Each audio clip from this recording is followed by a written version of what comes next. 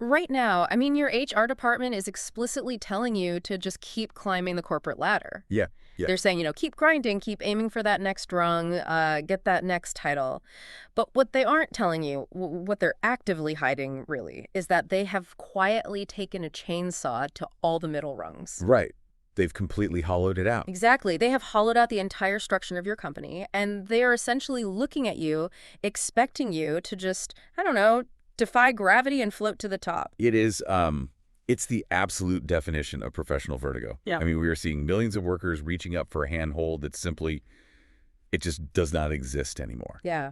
And when they inevitably fall, which they will, the organization blames the individual. They say, they lack ambition or they lack leadership skills. Which is so unfair. What's wildly unfair. It is a profound structural failure that is masquerading as a personal performance issue. And that is exactly our mission for this deep dive today. We are going to uncover why the traditional career ladder is, well, structurally, fundamentally dead. Utterly dead. We'll explore why trying to climb it the way you used to might actually be sabotaging your career right this second. And most importantly, how you can navigate the new kind of invisible architecture of work that has already replaced it. Yeah, and to anchor this, we are grounding our entire conversation today in a deeply comprehensive analysis from our source material on this phenomenon, what the research terms architectural compression. Right. And I want to set the stakes for you right from the jump here. This is not some theoretical, futurist white paper predicting what the workplace might look like in 2035. No, not at all. This is a forensic, mercilessly data-driven breakdown of what has already happened. It is the reality you are likely sitting in right now, just trying to figure out why your job feels so impossible lately. Okay, so let's unpack this. Because anyone listening to this who works in a corporate environment, or really any medium to large organization, be it a hospital, a tech firm, a manufacturing plant, they have felt this weird, suffocating tension over the last few years. Oh, absolutely. For a century, right? The metaphor of the career ladder was the organizing principle of professional life. You do good work, you put in a couple of years, and you step up a rung. Yeah, it was reliable. You get a new title, more money, a little more status, and the people who used to be your peers are now, well, your direct reports. It was a very clean, very reciprocal contract. The organization extracted your competence and your labor, and in return, you received a highly predictable path upward. Right. Everything inside a company was built around this. I mean, performance management, succession planning, the way HR structures those little compensation bands, all of it relied entirely on this vertical progression model. You could literally look at an org chart and map out the next 10 years of your life. Exactly. But the core analysis of our source material makes a terrifyingly clear assertion here. That model has collapsed. Yeah. The research doesn't say it's bending. It doesn't say it's evolving into a slightly curved ladder.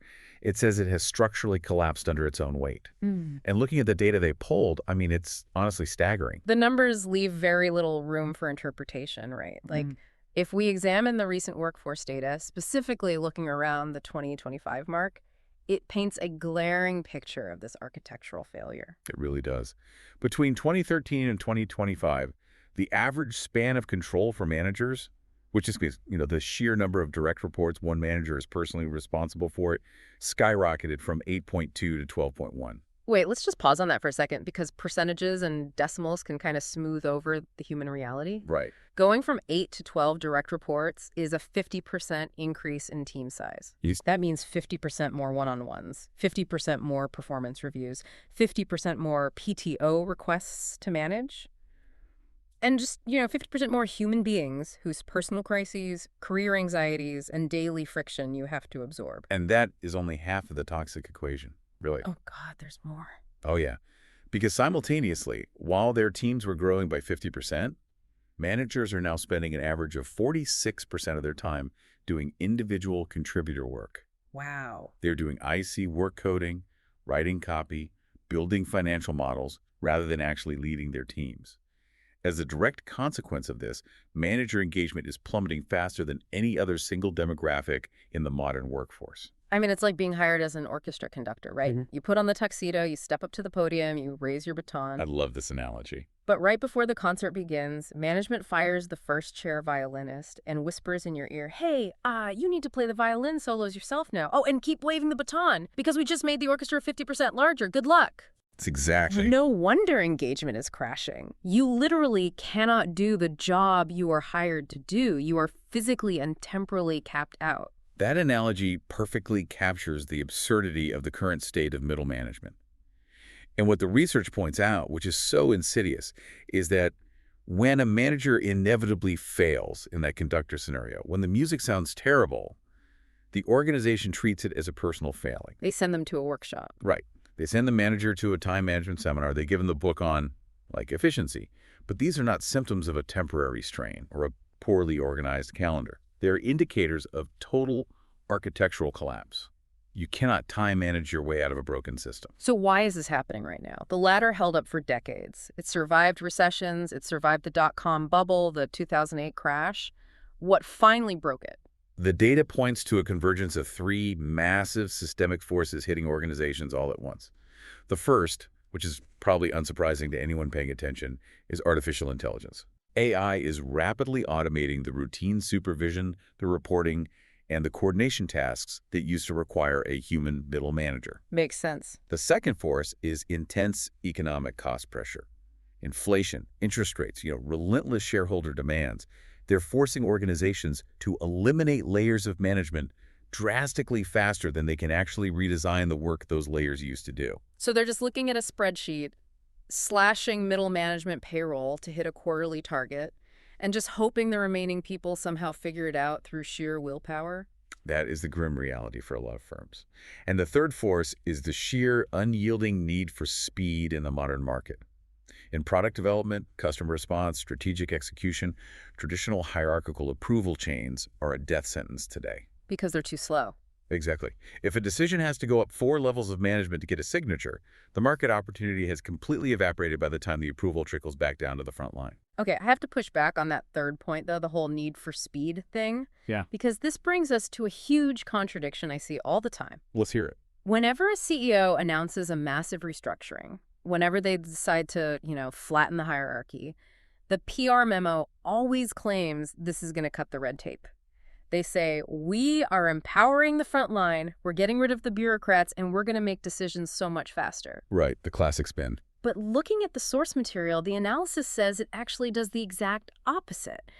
If there are fewer managers to ask for permission, shouldn't things move faster? You would logically assume that, right? Fewer layers equals faster decisions. Mm-hmm. But this is where the research completely shatters those corporate talking points. We have to look at how companies are actually executing these layoffs. Okay. The analysis identifies 2 very different ways companies shrink their organizational charts. The first is cost-driven delayering, and the second is capability-driven compression. And the terrifying part is, almost everyone is doing the first one. Break down cost-driven delayering for us, because reading this section of the research, it felt like someone was describing every terrible job I've ever had. Cost-driven delayering is when a company removes organizational layers primarily just to save money on salaries. They bring in a consultancy, they identify a middle management tier, say, all the senior directors, they just eliminate those positions, and then they take all the complex coordination work that tier used to do, and they just dump it on the remaining roles above and below them.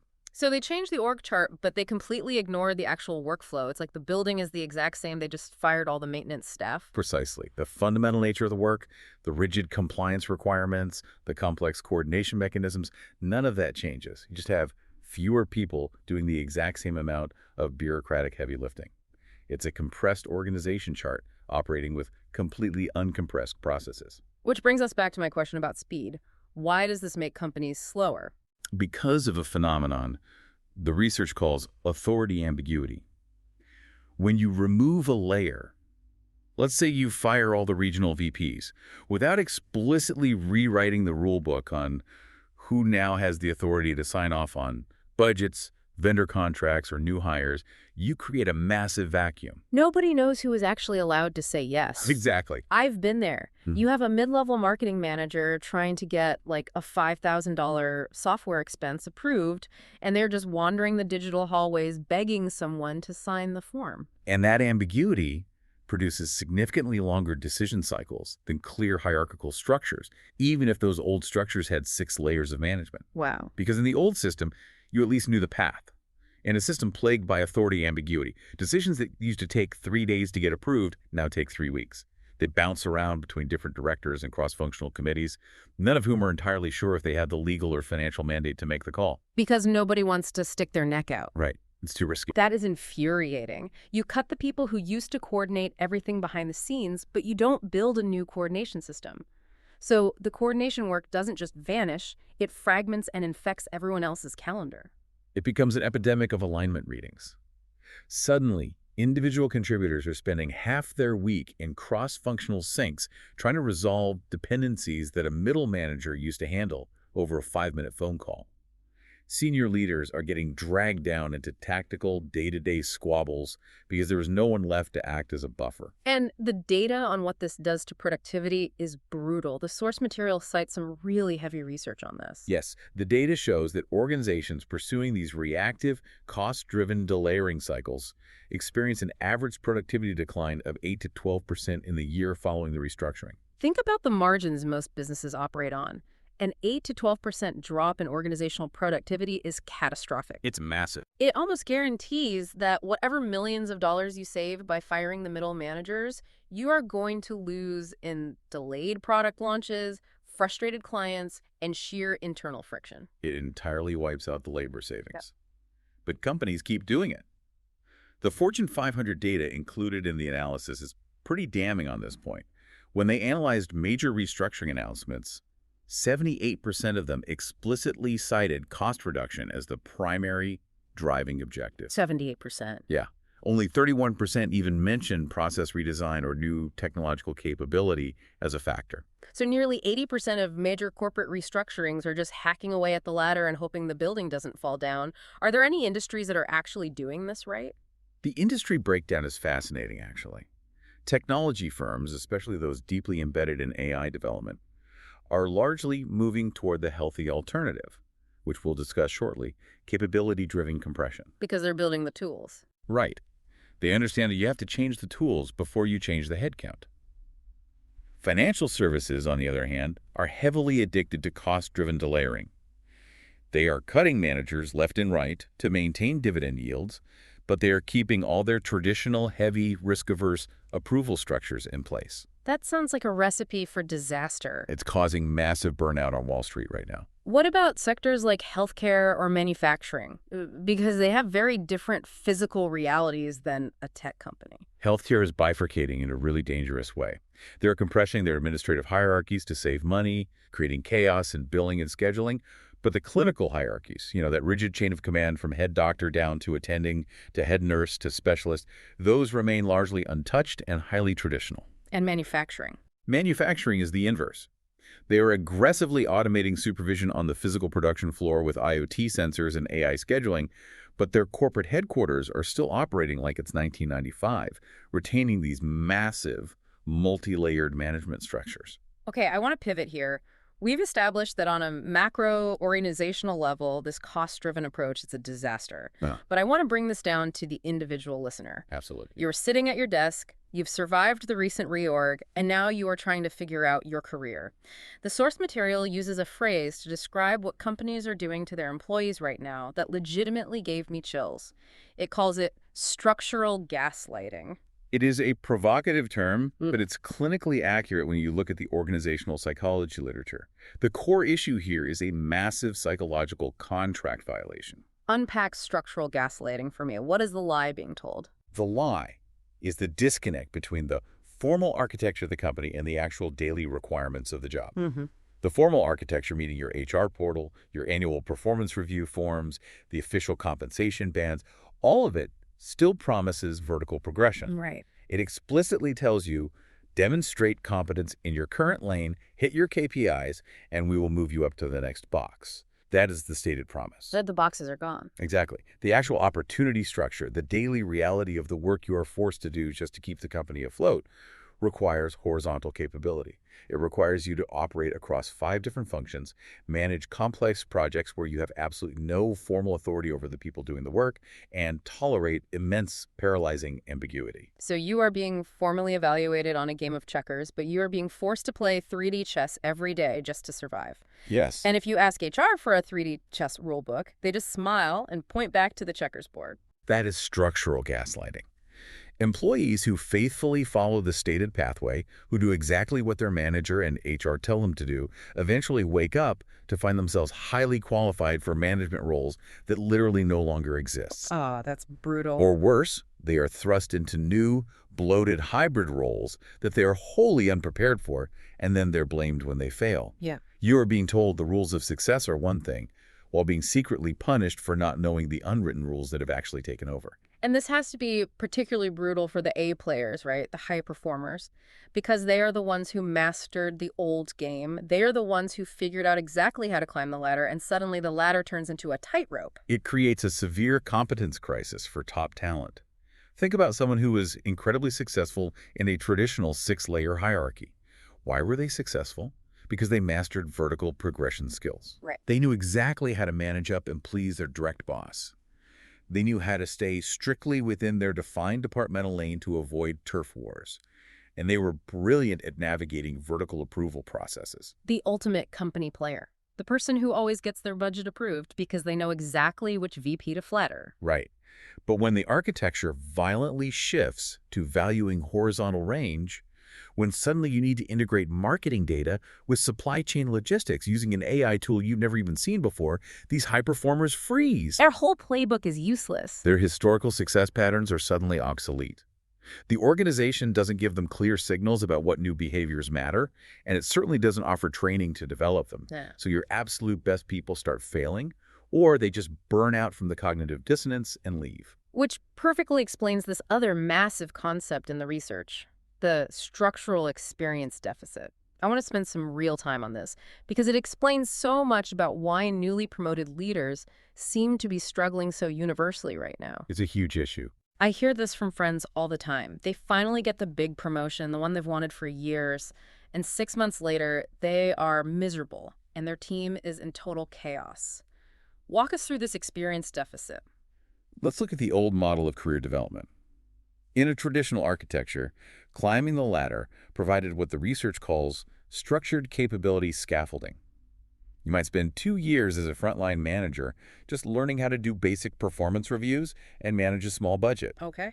Then you might spend 3 years as a director, managing other managers, learning how to lead through a layer of abstraction.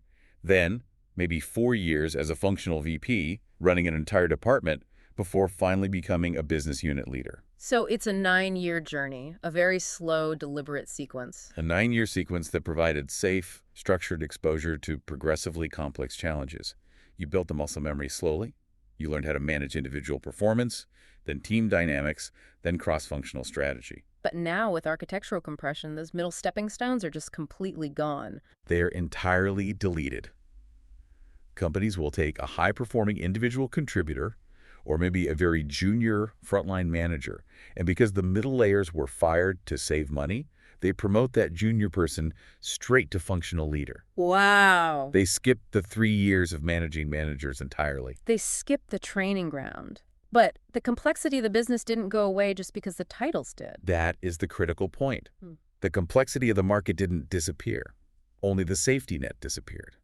The organization just made a relatively junior individual responsible for navigating massive systemic complexity without giving them the structured experience the old architecture provided. It's insane. It's like taking a medical student who has only ever done stitches and telling them to perform a heart transplant because the chief surgeon retired and the hospital didn't want to hire a replacement. So what does this all mean for you, the listener? If you are sitting there listening to this on your commute, feeling like you are suddenly failing at a job you used to be amazing at, or you just got a big promotion and you feel like you are absolutely drowning every day, what this research is saying is, it is not your fault. Not at all. You are not an imposter. It is an architectural design failure. Yeah. Full stop. There's a massive study cited in the source material that provides the empirical proof of this. They looked at executive leadership failures in recently restructured, flattened organizations. And what did they find? They found that a staggering 64% of executives who failed in their new roles had been double-jumped through these passages without support. The main reasons they derailed weren't a lack of intelligence or laziness or a bad attitude. So what was it? The root cause was an inability to build complex teams and manage systemic complexity across departments, because nobody ever taught them how. The system that used to teach them was dismantled. Okay, we've painted a pretty bleak picture of the current reality. The ladder is gone, the safety nets have been burned for fuel, and companies are gaslighting us about how to get ahead while our decision-making processes literally grind to a halt. It is bleak, initially. But the research doesn't just leave us in the wreckage. The back half of the source material outlines 5 major evidence-based interventions for how the smartest companies are actually fixing this, how they are executing the good kind of restructuring capability-driven compression. Yes, there is a way out. Let's dive into the first solution because it centers entirely on the elephant in the room, artificial intelligence. This requires a fundamental reframing of how we view AI in the workplace. We have to move past this binary fear of, will AI take my job? Solution 1 is about redesigning the nature of supervision around AI capability. And it relies on breaking down what a manager actually does into 3 distinct categories: administrative coordination, performance assessment, and strategic direction. Let's tear those apart. What falls under administrative coordination? Administrative coordination is the paperwork of management. It's scheduling shifts, assigning daily tasks, tracking progress on a Kanban board, aggregating weekly status reports, and doing basic resource allocation. The stuff that takes up like 60% of a manager's week, but adds very little creative value. Exactly. And the research shows that AI is currently highly automatable in this category. In fact, AI performs these coordination tasks at human equivalent or even superior quality because an AI doesn't forget to update a spreadsheet or miss an important email. Right, it doesn't need to sleep. The second category is performance assessment and feedback. This is evaluating the quality of work, identifying where an employee needs skill development, and delivering coaching. I imagine AI can only take you so far on that front. I mean, nobody wants a robot telling them they need to improve their bedside manner or their teamwork. You're hitting on the core limitation there. It is only partially automatable. AI is fantastic for aggregating quantitative performance data. It can tell you exactly how many lines of code a developer wrote or how many support tickets they resolved and flag anomalies. Sure. But you absolutely need human judgment, empathy, and relationship management to deliver qualitative evaluation and actually coach the human being through a slump. And the third category? Strategic direction and motivation. Setting the overarching purpose of the team, making complex ethical or business trade-offs, and managing interpersonal conflict. This remains minimally automatable. It requires human leadership, vision, and the ability to inspire. So the capability-driven companies are looking at this 3-part breakdown and saying, let's give category 1 entirely to the machines so our human managers can actually focus on categories 2 and 3. What's fascinating here is how this entirely flips the traditional corporate fear of AI. The prevailing anxiety is that AI is going to replace the manager. Right, the robot boss. But in a properly compressed, capability-driven organization, AI isn't replacing the manager. It is acting as an exoskeleton for the manager. It is stripping away the bureaucratic scaffolding, the endless status updates and task assignments, so the manager can actually return to the job of leading human beings. Do we have a tangible example of a company actually pulling this off? Because it sounds kind of utopian in theory, but execution is where these things usually fall apart. MasterCard provided a brilliant case study of this recently. They implemented this capability-driven approach across their global technology organization. They deployed a sophisticated AI platform that explicitly took over task assignment, progress tracking, and basic resource allocation for their software development teams. So the AI is essentially playing the role of a hyper-efficient project manager. It knows which developer has capacity, it knows what code needs to be written for the sprint, and it dynamically assigns the work without a human middleman. Exactly. It completely eliminated the human manager's time spent on daily work allocation, chasing people for updates, and building progress dashboards for leadership. And because the human managers were suddenly freed from that massive administrative burden, their calendars opened up. They were able to redirect all that energy into code quality assessment, deep technical skill development, and long-term career planning for their developers. And what were the structural results? Did it actually allow them to compress the hierarchy? The structural outcomes were phenomenal. Because the coordination friction was gone, The average manager's span of control comfortably went from 9 direct reports to 14. Wait, wow, so they took on 50% more people, just like the data warned about earlier, but this time it wasn't a complete disaster. It wasn't a disaster because the work changed. They increased team sizes without any corresponding increase in manager burnout because the AI was handling the logistical weight of those extra 5 people. As a result, the technology organization was able to successfully eliminate 2 whole layers of management, saving massive amounts of capital without causing authority ambiguity. But what about the developers themselves? Did they hate being managed by an algorithm? Here is the most counterintuitive finding of the whole case study. The time to promotion for high-performing developers actually improved by 23%. Wait, let me make sure I'm grasping this. How do promotions happen 23% faster if there are literally fewer management layers available to promote them into? Where are they going? They are moving faster because their managers finally had the time to focus on deep, meaningful capability development. Instead of a manager just checking a box saying a developer finished a task, the manager was actively coaching them on how to build more complex system architecture. The developers became more valuable faster, which allowed them to take on higher-level horizontal roles. Which perfectly transitions us into the next major concept. If managers are freed from micromanaging tasks, and there are far fewer management roles available overall, how does an individual contributor actually prove their worth? Right. If I can't just climb up to take my boss's job because my boss now manages 14 people and isn't leaving anytime soon, how do I advance my career? This is where organizations must adopt the second and third solutions from the research. The horizontal skill tree and pushing power down. If you are going to eliminate the vertical ladder, you cannot just leave a void. You must replace it with horizontal capability development as the primary method of value creation and compensation. This concept of the horizontal skill tree is where this research gets really exciting to me because it completely changes the mental model of a career. It shifts it from a ladder to a video game. I love that framing. Explain how you see the video game analogy working here. Well, think about an old school role-playing game. You start the game and you pick a class. Let's say you pick a warrior. For the rest of the game, you just level up in a straight vertical line. You go from a level 1 warrior to a level 2 warrior all the way to level 10. Right. You just get better at swinging a sword. That is the traditional career ladder. You start as a junior marketer, you become a senior marketer, then a marketing manager, then a director of marketing. It's a straight, predictable, vertical line of deep functional expertise. Right. Deep siloed expertise in one single area. The organization rewarded you for staying in your lane and just swing your sword harder. Exactly. But modern capability-driven companies don't want a level 10 warrior anymore. They want you to multi-class. They want you to build a diverse portfolio. Yes. They want you to have a few points in marketing, sure, but they also want you to put a few points into data analytics and a few points into cross-functional project management and maybe a point into basic Python scripting. You aren't climbing a ladder, you are branching out across a skill tree. You are expanding your horizontal range. That analogy tracks perfectly with the latest research on career mobility patterns.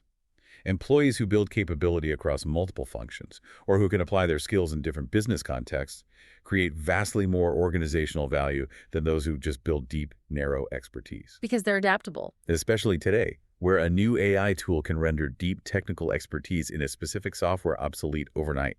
Broad range and adaptability are the new premiums. But here is the massive friction point, and I'd love to hear how the research addresses this. How do companies actually incentivize this multi-classing? It's the big question. Because human behavior is driven by incentives. If HR tells me I need to learn 3 new cross-functional skills, but the only way my paycheck actually gets bigger is if I secure a director title. I mean, I am going to completely ignore the new skills, play office politics, and chase the title. That is the trap, though. You were describing the exact structural gaslighting we talked about earlier. Companies want horizontal skills, but they only pay for vertical titles. To fix this, the fundamental progression logic of the company has to change. How so? It must move from title advancement to contribution range expansion. Organizations have to measure and compensate your career progress based on the breadth and complexity of the problems you can solve, not by the number of people who report to you. And T-Mobile actually pulled this off, didn't they? The case study in the text on this is just wild. It's a paradigm-shifting example. In 2022, T-Mobile realized their old ladder was broken. So they explicitly abandoned traditional promotion-based progression for large swaths of their workforce. Instead, they built a contribution matrix based on three distinct dimensions. What were they? First, functional expertise. How good are you at your core job? Second, business context, breadth meaning. Can you apply your skills in the consumer division, the enterprise division, and the wholesale division? Okay. And third, stakeholder management range. Can you effectively communicate with frontline retail workers, corporate executives, and external tech partners? So they literally mapped out the skill tree. They codified the multi-classing. Exactly. And here's the mechanism that makes it work. Right. Your compensation progression is explicitly tied to expanding across all three of those dimensions rather than waiting for your boss to quit so you can take their title. Oh, that's huge. If you are a network engineer and you demonstrate that you can solve network problems not just for the consumer side, but also for the enterprise side, and you can present those solutions to senior leadership, your pay goes up. You don't need a VP title to get a VP salary if your horizontal contribution range warrants it. That requires a massive overhaul of how HR even thinks about payroll. But the results for T-Mobile seem to justify the pain of the transition. Absolutely. By implementing this horizontal matrix, T-Mobile successfully eliminated two rigid organizational layers. But more importantly, they expanded the average career tenure of their top-performing employees by 31% because those A players no longer felt like they hit a ceiling. They weren't trapped. Right. They always had a new horizontal challenge to tackle that would result in better pay, and it reduced the time to confidence for critical, complex roles by 40%. Okay, so if we establish this horizontal skill tree, it solves the career pathing issue. But what about the decision-making issue? We touched on this earlier when we talked about authority ambiguity. Yes. If you fire the middle managers who used to sign the checks, and everyone is just spreading out horizontally, who actually makes the call when push comes to shove? This requires implementing the third major solution: pushing power down through distributed leadership structures. The old corporate ladder was built on a very specific assumption that seniority correlates with judgment quality. The assumption was that the higher up you are in the hierarchy, the better decisions you make. Which anyone who has spent more than a week inside a large company knows is a complete fallacy. I mean, sometimes the person at the top has no idea how the software actually works. And the economic research backs up your intuition. The core analysis shows that decision quality is not inherently correlated with hierarchical rank. Instead, it is highly correlated with two specific variables: proximity to relevant information and frequency of similar decisions. Let's break those down: proximity and frequency. Proximity means how close are you to the actual raw data, the physical product, or the angry customer? Frequency means how often do you make this specific tactical type of choice? Okay, that makes sense. Think about an individual contributor, a junior software engineer who makes technology platform integration decisions every single week. They possess incredibly high proximity and high frequency. They are going to make a demonstrably better, faster platform decision than a senior vice president who only looks at technology platforms once a quarter on a PowerPoint slide. Definitely. Regardless of the SVP's broader strategic perspective and higher salary, they lack the tactical frequency and proximity to make the best call. So the capability-driven solution is to take the decision authority that used to legally sit with the VP and structurally hand it down to the individual contributor. Not just asking for their input, but actually giving them the authority to pull the trigger. Yes. It is called domain-based decision authority. You don't need a manager's signature if the decision falls within your defined domain of expertise. And the Mayo Clinic provided a stunning high-stakes example of this recently when they restructured their hospital operations. Healthcare is notoriously hierarchical. I mean, doctors at the top, everyone else falling in line. How did they possibly push power down in a hospital setting without risking patient lives? They realized that their administrative hierarchy was actually delaying critical care. So they moved away from hierarchical approval chains and implemented strict domain-based authority. The new rule was simple but radical. The clinician closest to the patient with the relevant specialization makes the call, regardless of their organizational seniority. Wow. If a resource allocation decision needed to be made, like fast-tracking a specific imaging machine. It was made by the frontline team actually consuming the resources without needing an executive sign-off for anything below a newly established, much higher financial threshold. No more running up the flagpole to a hospital administrator while a patient is sitting in the ER waiting for a scan. Exactly. Yeah. By pushing the power down to where the information actually lived with the nurses and the attending physicians, the Mayo Clinic achieved incredible results. They safely reduced their administrative layers from 7 down to 4. 7 to 4, that's massive. But more impressively, they improved clinical decision speed by 47%. They dropped administrative overhead costs by 34%, and they maintained, or in some cases actually improved, all their strict patient safety outcomes. Okay, so let's recap where we are. The capability-driven company uses AI to do the administrative coordination. They use horizontal skill trees to pay and promote people based on capability range rather than title.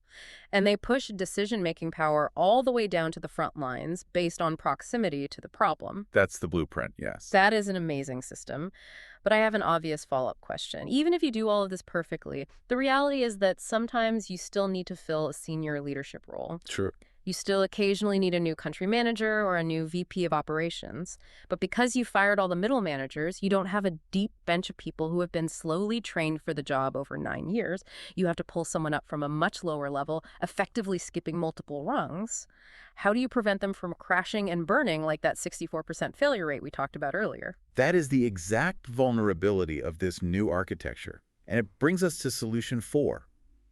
Explicit passage compression with structured capability scaffolding. Structured capability scaffolding. I love academic research, but let's translate that. That's essentially asking, how do we build a parachute so these people survive the massive jump? That's a perfect translation. If an organization must compress passages, meaning they are forced to promote someone through multiple traditional levels of complexity simultaneously, they have to entirely replace time-based development with intensity-based development. Because they simply don't have the luxury of letting someone spend 9 years learning the ropes anymore. The market is moving too fast. Exactly. You can't replicate time, but you can increase density. You have to create condensed exposure, wildly accelerated feedback loops, and heavy coaching. Schneider Electric is the global gold standard for how to do this right. What did they do? They executed a massive restructuring of their commercial organization, compressing from 6 traditional leadership levels down to 4. So a huge delayering, the exact scenario where people usually derail. Huge. Yeah. And suddenly they found themselves needing to promote regional managers, people who were used to running a few local offices, directly into country leader roles, where they would be responsible for massive, complex national P&Ls. Right. But instead of just tossing them into the deep end, handing them a new title and hoping for the best, Schneider Electric built a mandatory, rigorous 90-day passage acceleration program. I really want to dig into this because what does a 90-day program look like that can genuinely replace years of middle management experience? It was incredibly intense and heavily structured. Before the individual officially took the reins of the new role, they spent 90 days doing 4 highly specific things designed to force them into a broader perspective. Okay, what was the first? First, they had to lead a complex, cross-functional project team outside of their usual domain. This was to simulate what it's like managing peer leaders over whom you have no formal authority. That is smart. It strips away the crutch of relying on your title to get people to listen to you.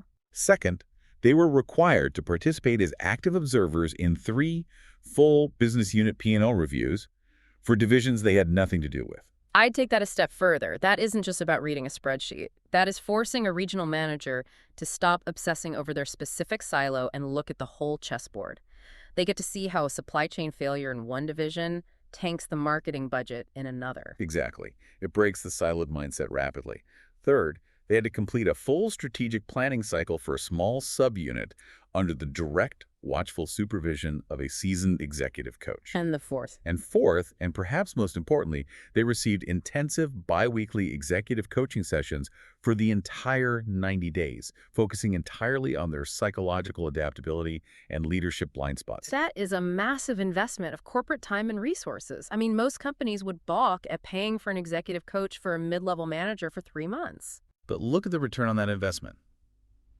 By providing that structured scaffolding, by absorbing the cost of that intensity-based development, Schneider Electric successfully compressed 2 traditional leadership passages and maintained a 91% success rate for their promoted executives. 91% of them thrived after a double jump. That's incredible. It's even more impressive when you consider their historical data.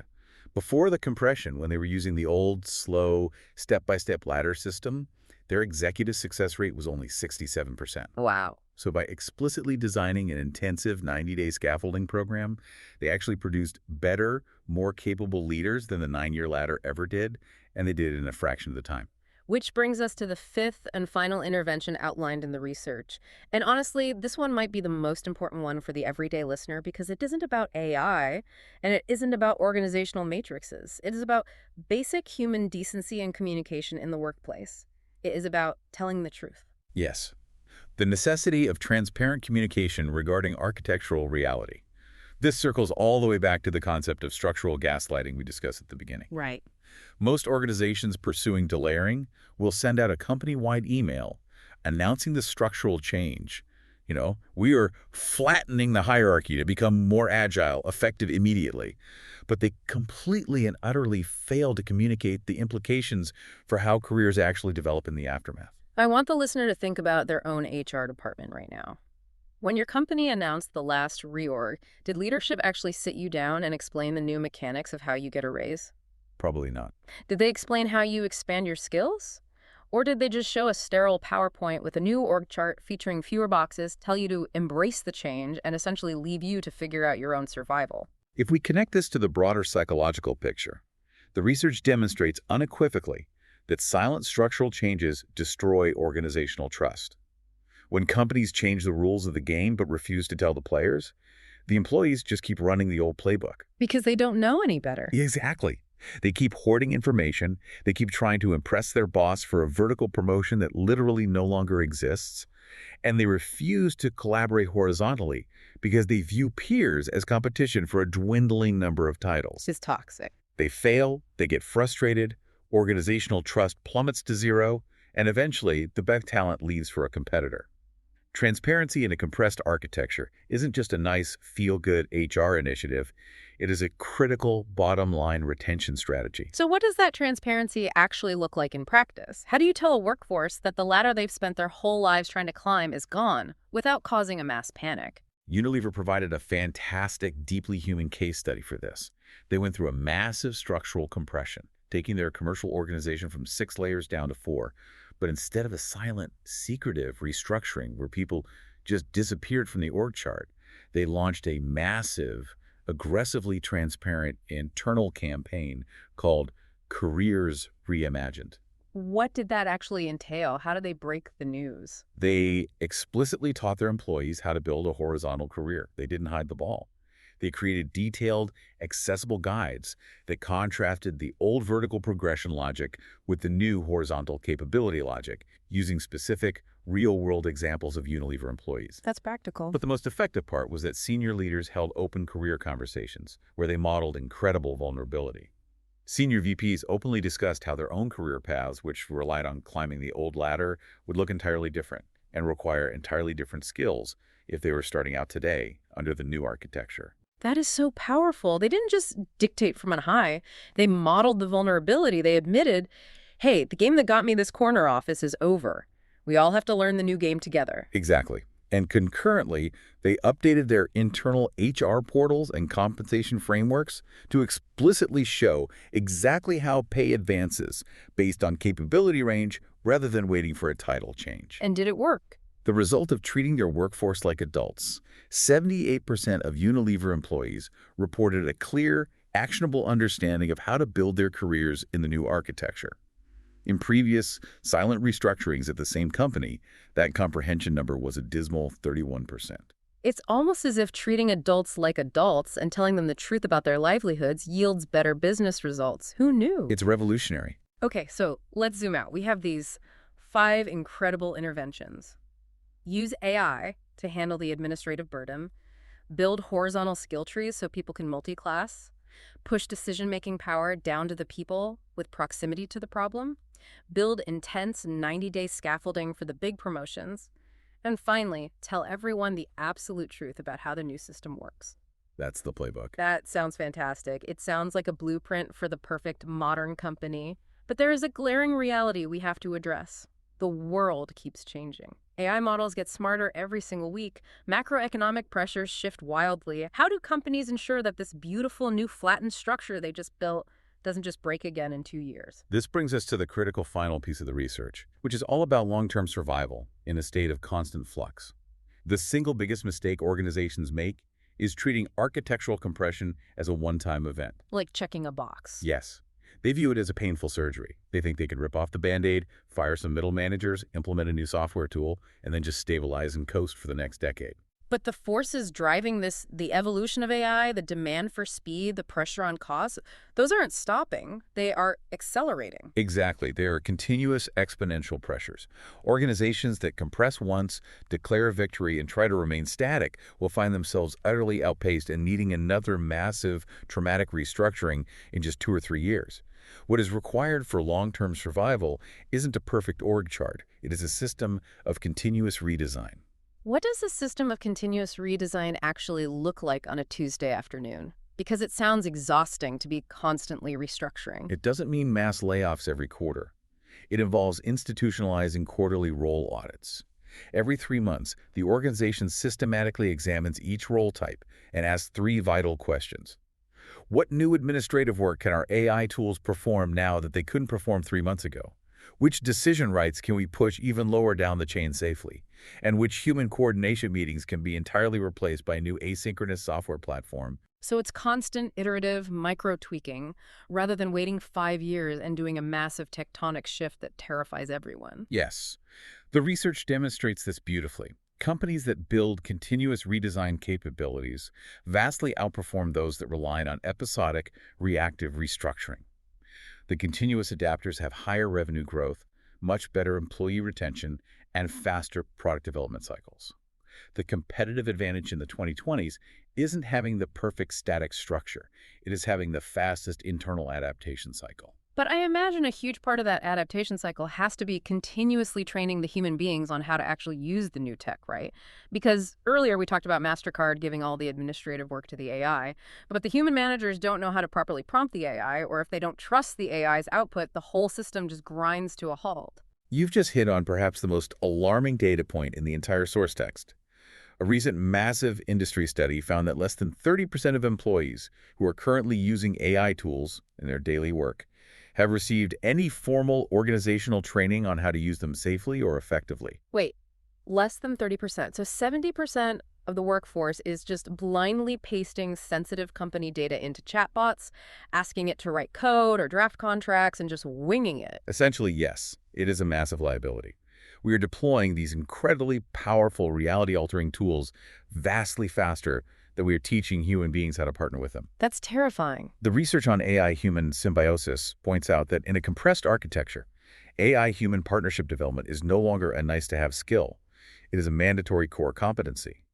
Employees urgently need to be taught what researchers call appropriate reliance, knowing exactly when to trust the AI's mathematical recommendation, and knowing exactly when to override it based on nuanced human context, ethics, or unquantifiable variables. Okay, so a surviving company is constantly redesigning roles and heavily training people on AI partnership. But there is one last deeply human element to this long-term survival that the research points out, and I think it's the most profound point we've hit today. I agree. If the latter is truly gone, if I am no longer striving for that next title, that corner office, that VP badge, what is actually motivating me to work hard? Why am I staying late to solve a complex problem if I'm not going to get a promotion out of it? It is the existential question of the modern workplace. When organizations eliminate vertical progression, they rip out the core motivational engine of the 20th century. To survive, they must replace hierarchical meaning with contribution meaning. Explain the difference between those two. Hierarchical meaning is status-driven. It says, my work matters and I am important because of where I sit in the structure. I have a director title, I have a team of 10, therefore I have value. Right, the ego validation. Contribution meaning is impact-driven. It says, my work matters because of the complex problems I solve and the direct impact I create for the end user, regardless of what my email signature says. It's moving the psychological reward from status to purpose, which sounds great on a motivational poster in the break room, But how does a company actually engineer that? That is the key. It requires structural work design, not just PR. Organizations have to intentionally build feedback loops that explicitly show individuals the concrete, real-world outcomes their daily work produces. Do we have an example of a company engineering this successfully? Because it's easy to feel purpose if you are a firefighter, but what if you are processing invoices? Kaiser Permanente executed this brilliantly. They were facing major burnout in their administrative ranks, so they redesigned their administrative work architecture entirely around direct patient impact visibility. So they took the back office staff, the people processing insurance claims and scheduling, and connected them to the frontline reality. Yes, in a very literal way. Administrative staff, who previously had zero patient contact, who just stared at screens all day, are now required to spend 1 day every single quarter physically observing in a clinical setting. Oh, wow. They watch how the administrative workflow they manage actually affects doctors, nurses, and care delivery in real time. Furthermore, clinical support staff now receive automated monthly summaries detailing the positive patient health outcomes in the specific cases they did the paperwork for. Oh, wow. They are completely closing the loop. They are structurally saying the fact that you process this insurance pre-approval 10% faster meant this specific patient got their chemotherapy treatment a week early. Yeah. That is incredibly powerful. Exactly. And the business results were stunning. By replacing the hollow motivation of climbing an administrative ladder with the visceral motivation of direct human purpose, Kaiser Permanente was able to safely eliminate 2 layers of administrative hierarchy. But more importantly, they drove employee engagement scores up by 28% and increased administrative process speed by 41%. Because people inherently care more and work harder when they can actually see the impact of what they do. The psychological shift required here is massive. It is massive for the organization, but it's also massive for you as an individual listener. To thrive in this new era, you have to let go of vertical progression as your primary professional identity. It is a grieving process for some, but you have to build a new identity around your contribution range, your adaptability, and your direct impact on the mission. So let's distill all of this down. We've covered a massive amount of ground today. What are the absolute core takeaways for the listener to walk away with? First and foremost, the ladder is dead. It's gone. Please stop exhausting yourself trying to climb it. If you look up and your manager is spending 40% of their time doing individual contributor work instead of leading, and your company hasn't changed how decisions are made, you are living in a cost-layered company. You are trapped in a broken architecture. Your new survival strategy, your new career path is all about horizontal range. It is about multi-classing. It's about how many different types of problems you can solve across different departments.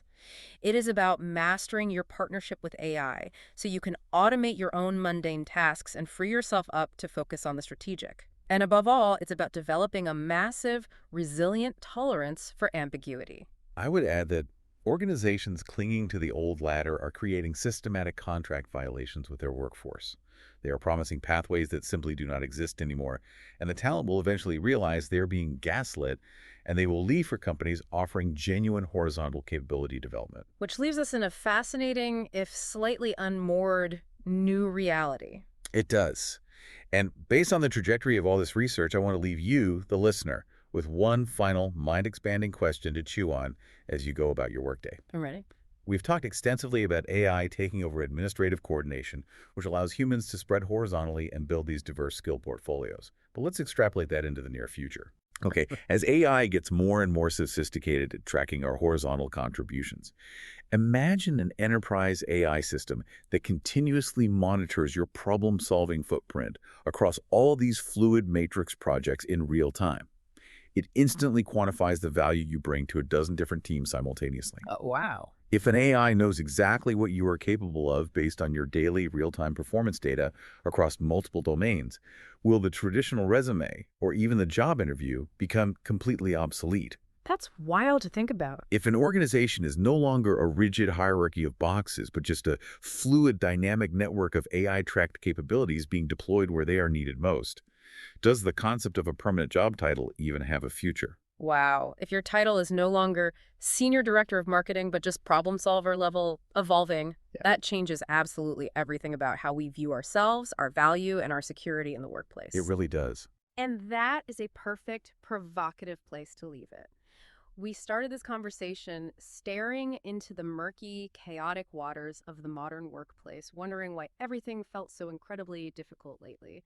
But hopefully, after unpacking this deep dive into architectural compression, you can see that the water isn't just muddy, it is flowing in an entirely new direction.